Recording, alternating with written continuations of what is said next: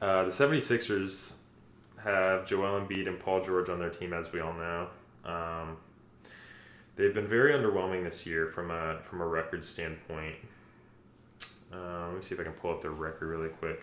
But I basically just wanted to get your take on, this whole trust the process thing that they've been trying to push over the last 10, 15 years. And, Joel Embiid's this polarizing superstar who can't seem to stay healthy, and they bring in another polarizing star who can't stay healthy and pay him a bunch of money. And just wanted to see where you were at on this Philly sports team, because I know you have a lot to say about Philly sports teams. So. We love Philly sports teams. Yeah, I mean, everybody likes the concept of slow playing, right? Mm-hmm. You slow play your rebuild. In the NFL, we see it a lot. I mean, right now we saw it with Detroit, and their turnaround was epic, and they made an NFC championship, and then they got bumped in the divisional round the next year. But if you're going all in, why are you going to bring in some injury-prone, maybe slightly past his prime talent? Like, we're not in the business of winning championships with non-championship caliber play. Mm-hmm. And if you think Joel's the guy and you give him the contract, that's fine. But do you think he can carry a team, even a Paul George bearing team, to a championship? Right. And after 10, 15 years, of drought, of just constant promise to the fans that it's going to get better, I think the fans are owed more than that. I mean, I don't really think that because they're Philly fans, but yeah. You look at the other side of the coin, and the Eagles are doing everything exactly right. They go out and they get Saquon in free agency, and they reload their defense, and they get the best DC on the board, and they're starting to look, in the NBA, they're looking more like the Dallas NFL counterpart of just, you always promise to go all in and you never do, and you just never go out and spend the most money you could. You're always going to hold on to that $1 or $2 million for no explainable reason. Yeah, so I agree with you. I think, going all in on guys who have proven to be fragile, and, they don't show up in the big spots especially. That's another critique of Joel is, foolish. I mean, you look at guys, we've gone over on this podcast before, guys like James Harden, guys like Lamar, and their respective sports, and how they just don't seem to rise in the biggest spots. And Joel is one of those guys. I mean, the Sixers are 20-35. They're the 11th seed in the East, and Joel's played in 18 games this year. That's roughly a quarter of the games.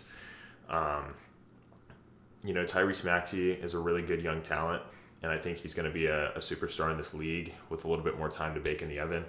But he's not enough. I mean, you need more than just one scorer at the guard position to make some noise in this league. But I think Joel Embiid and the Sixers really, specifically the Sixers, made a mistake, paying this guy after, the injuries just continue to pile up. I mean, their ceiling over the last 10, 15 years has been, the Kawhi Leonard shot in the second round. They made it to one Game 7 against that Raptors team, and ever since then, they haven't made it back. And they chose to pay Tobias Harris over Jimmy Butler, and you choose to pay Ben Simmons all that money, and they just continue to make these mistakes upstairs that are costing them. And you mentioned the Saquon Barkley thing. You gotta, teams with the elite front offices that always make the right moves, those are the teams that are consistently in contention. Teams like Boston, teams like, in football, teams like Philly, teams like Kansas City. These are the teams that are constantly making noise because their front offices down know what they're doing. And the 76ers front office just flatly does not know what they're doing. They're paying all the wrong people. They're fighting for their life to even stay in the play-in. And, with Joel continuing to miss time, I know he's played a little bit recently, but, I mean, who knows if he, God forbid, he gets another one this year. I mean, what do you do at that point if Joel continues to suffer these injuries? Right, when a trade is not an option. How quickly can you close your window to open the next one? There's no end to this window that they're in right now, and they're not really in a window. There's no championship in sight. 100%, yeah. I mean, you move off the Ben Simmons deal, which was a good thing at the time because he's proven to be nothing. Right. But I don't know, man. I don't know what their direction is. You pay Paul George all that money in the offseason, and are you going to start another rebuild? In which case, like, you can't move off Joel. Nobody's going to take that deal.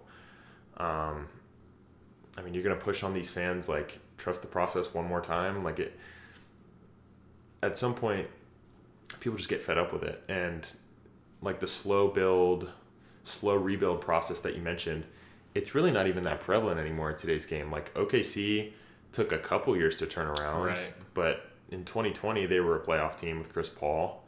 And 3 years later, they're in the playoffs again with Shea. Detroit was terrible forever, but as soon as Dan Campbell got in there, turned it around in like 2-3 years. I mean, those are just some teams that come to mind. But nowadays, I mean, Houston Rockets as well. They, as soon as they lost Harden, went into a big rebuild. 3 years later, they're right back in the mix. They're in, like, the 4th seed in the West right now. So I don't know. I'm really lost. I'm a fan of Mike D'Antoni. I'm a fan of Daryl Morey as a Rockets guy myself, but their incompetence in games and in the front office has just proven that it's not a winning brand of basketball. And I think the sooner that Philly moves off everybody in that building minus Tyrese Maxey, I think is for the better. Yeah, and I think you really can only point fingers at the front office at that point. If you're taking bad deals with not even mediocre, like talented guys, but just guys that are not consistent, not reliable, and not championship caliber, if you're not drafting well, at least not consistently drafting well, then you look at these teams like the OKCs, and they pulled Chet last year, and everywhere around the league, like, it's not a big draft board. And there's a lot of talent, and you're just consistently missing, not supplementing your old guys with young talent. You really do have to just point fingers and call names at the front office at this point. Right, and I mean, like we said, Joel really isn't a tradable asset right now. Neither is PG. Whatever you got to do to free up some cap and really start a hard rebuild around Tyrese and Jared McCain. Jared McCain's like the one bright spot they've had the last couple of years in the draft. I'd make the move, honestly, because Joel's really getting up there in age, and the injuries just keep piling up. But, I'd definitely move into a rebuild as soon as possible. For sure.